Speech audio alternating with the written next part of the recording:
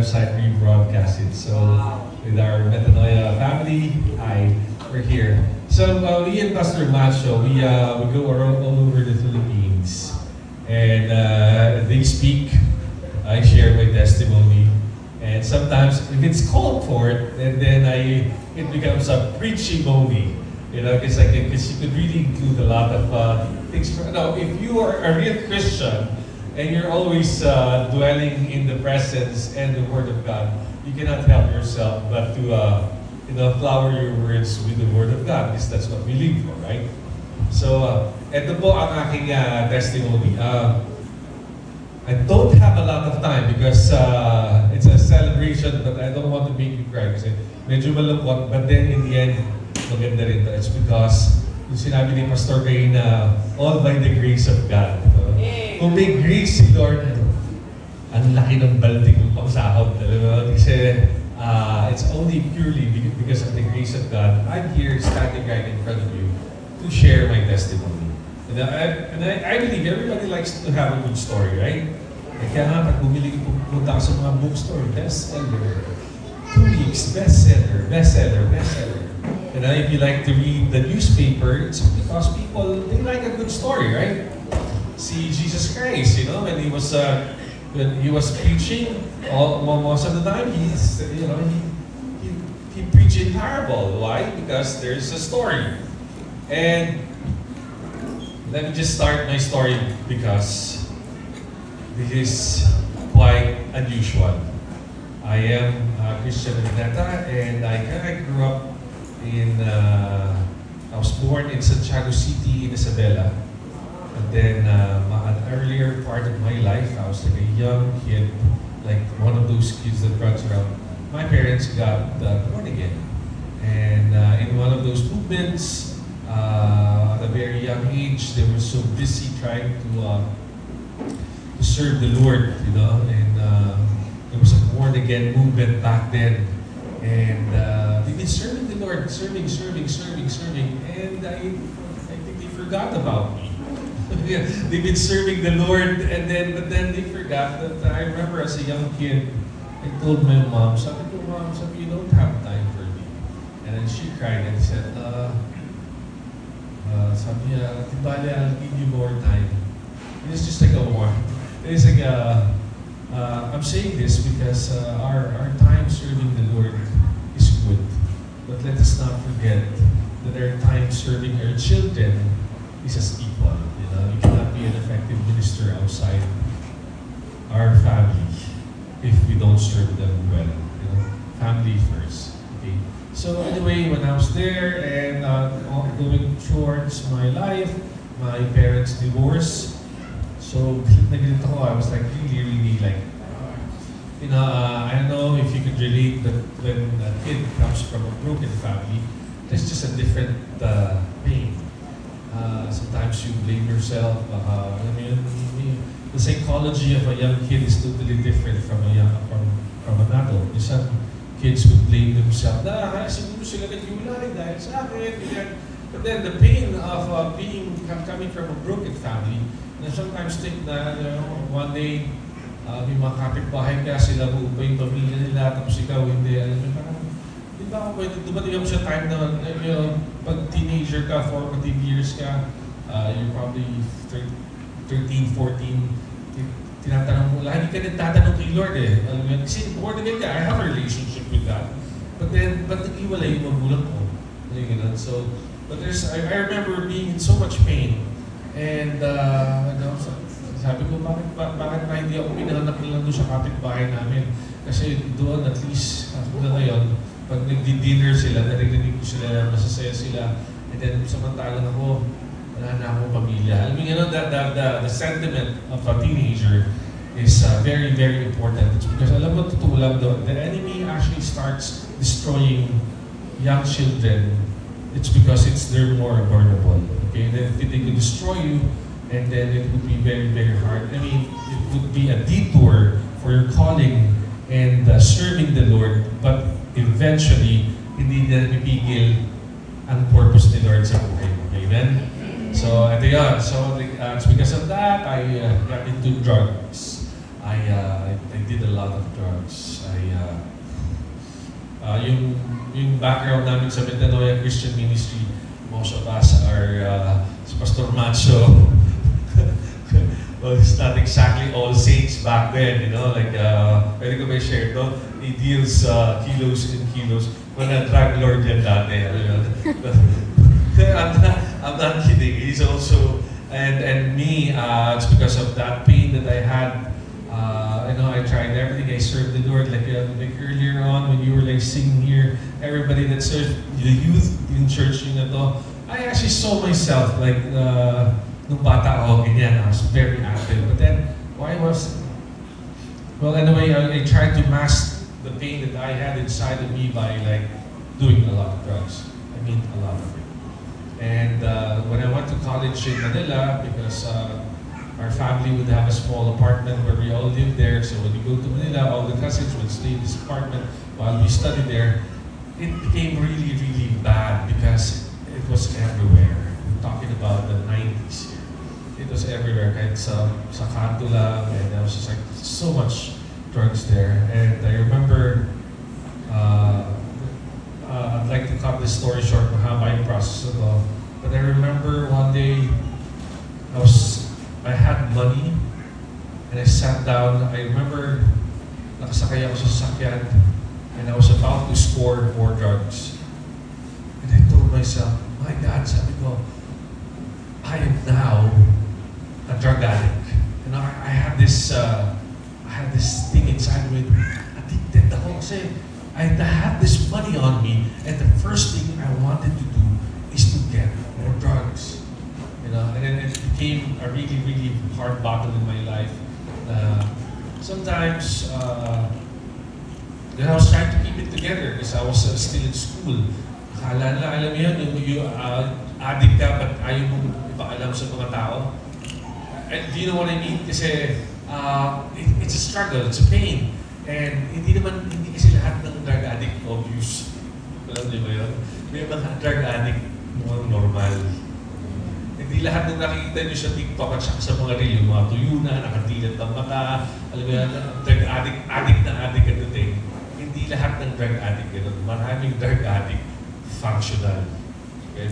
And I was one of those. Pero umabot din ako sa time na, so pag dumudugis ako and sumisemp lang ako, like what I mean is like, ang sama na ng itsura ko, like my family would always come to the rescue. They'll always put me in a farm, like a chicken farm, ganyan. Tapos pag okay na ulit ako, they'll bring me back to Manila, and then I'll continue on with my studies. But then again, I'll fall back to the same sets of friends that I have. And I'll do the same thing again, and next thing you know, wow, mukha na naman akong addict. Pero hindi naman na ngayon, di ba? Okay. So it was a very, very hard battle for me. And then one day, but you know what I remember was one thing. Whenever I exposed myself in the Lord, whenever I served the Lord, pag nasa church ako, that was the time, that was the clean part of my life. I'm now 50 years old and I've been using drugs for 24 years. Imagine that. 1 year lang yung plus nung hindi ako addict.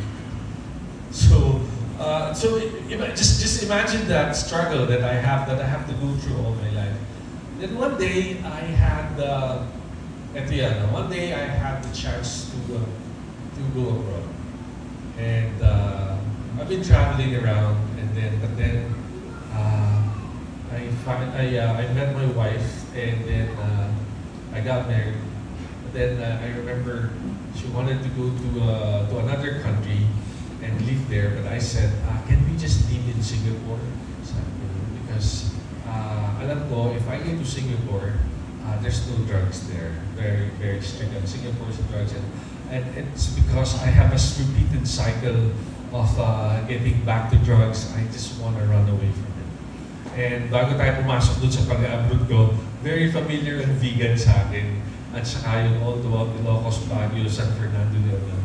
Kasi I really wanted to run away from that vice so hard.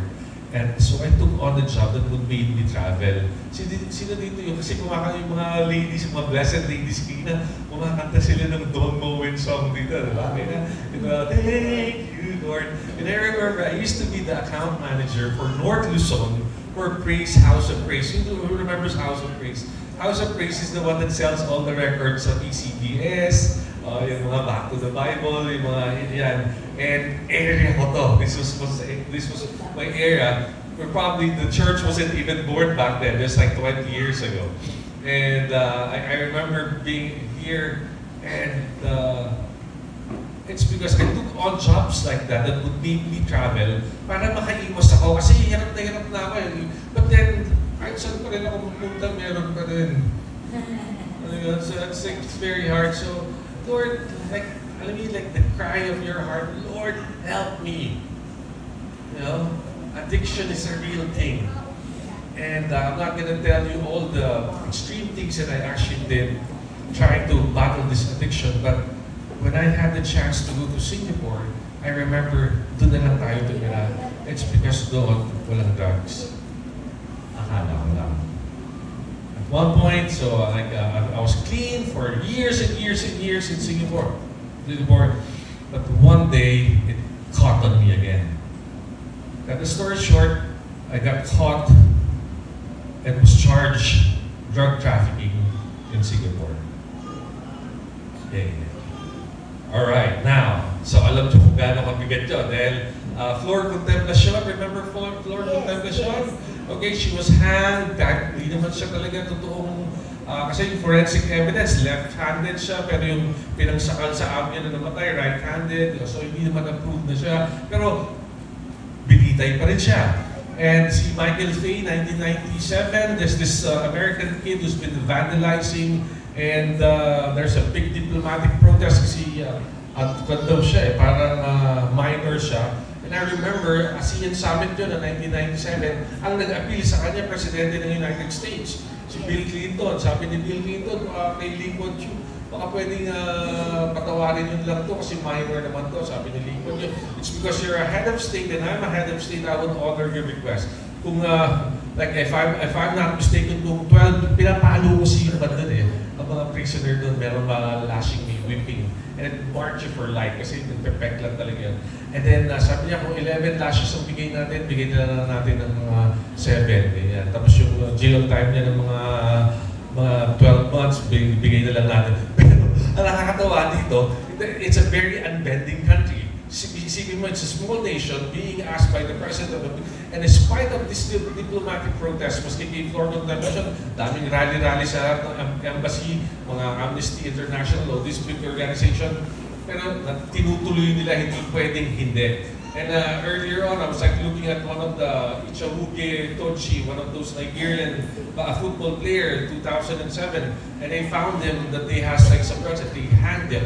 And the other day, some of my friends are sending me text messages. Oh, look, they had another drug pusher. What I'm gonna tell you is how the Lord had got me out from it. Amen? So, wow. I'll put the snippets on this story because my story is all about Jesus, okay? It's not about me, but I'm gonna share it because there's a power when you have a relationship with Jesus Christ. When you have a relationship with Jesus Christ, and if you seek Him, you will find Him, and those who call upon the name of the Lord shall be saved. So I was there back there, and I remember, sabi sa akin nung they found a lot with me. Like, just to cut the story short, malakas kasi ako mag-show dati. And then I found people that has it, and then I started becoming their connoisseur, their classifier. So they'll bring it, I classify it, and then ito yung mga bilidyo, yan ang mga itinda nyo, parang gano'n. I was classified. Diba sa palay, may gano'n? Ito yung maganda, ito yung maganda, I became that with drugs because it became a passion. And then all of a sudden, like, one thing I know, I remember, like, I was like, my God, sabi ko, I was driving in Singapore in my car, I was so high, and I said, Lord, sabi ko, I have more drugs here, in Singapore than when I was in the Philippines. And I was just like, but so I tried to create like what do you call this, a defensive line of it. I remember that room that I have like all these devices that would get rid of all of them kasi alam ko yung repercussion nun pagka ako ay nahuli. But then, nahuli ako. It's an entirely different thing on how I got caught. But I remember during the time when my investigating officer came to me and he said, because of the amount we got from you, sabi niya gano'n, we have to charge you with trafficking. I remember I had like 7 cases because when I was there, I had like I had the paraphernalia, I have ecstasy, I had cocaine, I have grass, I have heroin tablet. And the pinakamahirap dito, when they got me, it's because of the amount. They said we have to charge you trafficking. And trafficking is death. You know, if they prove you trafficking. Because I remember, at the mga dito I remember when he was trying to take my statement during the investigation, sabi niya na gano'n. So tinatanong niya, so where do you get it? Ganyan. Sabi ko, I'm not a trafficker because I don't sell it. Sabi ko, I just classify it for the traffickers and then they just pay me in kind. And then whenever I throw party at my house, I'll just give it to other people, but I don't sell it. Sabi ko, because I am not a drug trafficker. So I was trying to save myself. But then, you know what happened? After the statement taking, before we left each other, kasi ganito yan if you're familiar with the case, ang ginagawa ng investigating officer is he tries to take statement out from you, he's building a case against you, and then kung ano yung information na makukuha niya, ibinibigay niya doon sa prosecutor. Tapos yung prosecutor would actually build the case against you according kaya nga pagka ina-arresto ka, di ba? You have the right to remain silent. Anything you say can be used against you. Kasi nga, kaya, anyway, I remember after I told him everything, and before we parted ways, tumalikod siya and he said, here in Singapore, I really believe that the Lord was also speaking to this guy. It's like, pero bakit gano'n, Brother Christian, born again ka pero adik ka? Alam mo, totoo lang, it's not because you have, kaya na, it's very important that you walk straight with the Lord. It's very important that you live by God. Especially for people like us na may mga history of higher pleasure, of substance abuse. If you don't really walk within the will of God, mahihirapan ka. Amen? So, I don't know why I have to say this, but it's time for us to really get on relationship with God straight. Because if we are serious with the Lord, He actually He has nothing but great plans for us. Amen? So I remember when that investigating officer turned around, he said, here in Singapore, you don't give the judge the impression that you are giving away drugs even it's free. Because giving it without monetary benefit, kahit hindi mo siya binebenta, dahil ibinigay mo siya, that is trafficking. So my heart sank kasi I told him that I was giving away drugs. So anyway, I got arrested. I remember that was 2016. Recently. 2016, December 22. So I got arrested and I remember my heart was bursting and I just had my son and everything was just, wow. I was arrested and I was in a maximum security. A maximum security is just a small room. If not for the food they give to me, I won't know what time is it in the day. Sa umaga, breakfast. Pangalawang pagkain, lunch. Pagkagabi. Kasi I only had like a light, parang ganyan na puti, and inside that room, and you're not allowed out. You know? So I remember my nails was growing inwards because I haven't seen the sun. Hindi ko nakikita yung araw. Well, anyway, it was a very hard time when I was inside. And when I met out other prisoners there, kasi pag maximum security ka, you're only allowed to be out of that tiny prison cell 1 hour every day. So 24 hours, 15 minutes of that would be wasted. That would be used to like line you guys up, and then they would actually ano yan, yung parang kayo nakapila palalabas hindi sa courtyard. Yung courtyard ng building ba, hindi siya open air. So may mga race lang ng light na pumapasok doon, and people would be like, yung mga kasama ko doon. And of course, it's prison time, right? Prison time is not easy. It's hard because there's also gang inside, and I was the only Filipino inside that system. Imagine that. So puro mga iba-ibang mga lahi nandun. And then one day, sabi sa akin nung aking naging kaibigan, I got to know him because he was a repeat offender. Sabi sa akin, why yala? Kasi mga Malaysian Chinese sila. Why yala? You incriminated yourself. You told them. You give them drugs. Even for free. You told them. Like, I'm copying their accent. You get to die, they'll hang you. So like my heart was just so like, Lord, mamamatay na ako ng ganito. Like, wow, I don't want to get hanged. I don't want to, alam mo yun, so, like but anyway, you know what? But when I was in the deepest, darkest time, and I really wanted to die because of the shame and all of that. Kasi, sa Pilipinas nga, hindi nangyayari sa akin to. Ngayon, nasa abroad ako, wow, nakulong ako. Alam mo yun, and they could hang me, you know, if proven. Okay? Now, sabi ko, Lord, they don't need to prove anything because I said that on my word. Like my testimony, I said I was giving away drugs. It's because, but I don't sell it. But anyway, then I remember when I was a lot younger, I went to a youth camp. And I get to know the Lord. I was born again. And I remember, I don't know, have anybody of you had been baptized by the Holy Spirit here? I speak in tongues. I speak in tongues. So, alam mo, all of you should know, dawn watch, right? Pag umaga, mag-pray kayo. Diba, it's kind of hard when you are praying for the same thing again. So, alam mo, mag-recite ka. Kapag mag-recite mo, let's pray for Pastor Roman, sa doon, and paulit-ulit. Kasi, I'm not saying na masama yan, but then even before you say it, the Lord knows already what you're about to ask, right? So sa akin, while I'm there, every after lunch, I'll be praying, Lord, palayain niyo ako, I need your help. Paulit-ulit. Paano yun? Would you get power from that?